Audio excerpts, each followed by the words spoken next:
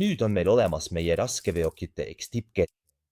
Nagu näete, on need saadaval kas kroonpuuri peaga, mis on otsa külge kinnitatud, või ilma kroonpuuri peata.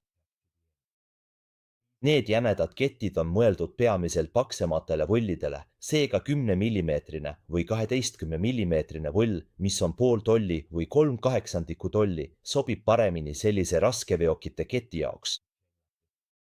Siin näete, et see lõikeserva külge sulatatud wolframkarbiidist otsik on tõesti terav ja sellega tuleks olla ettevaatlik. Soovitame seda kasutada malmist või savist torudes kergeks katlakivi eemaldamiseks ja kindlasti ummistuste kõrvaldamiseks. See on kindel. Kettid ise on valmistatud roostevabast terasest. Need kinnitatakse võlli külge kruvidega, nii et see hoiab väga kindlalt.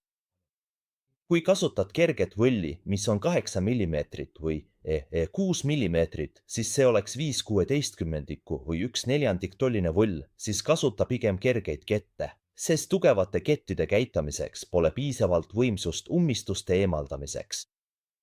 Tänan teid küsimuse eest. Tšau!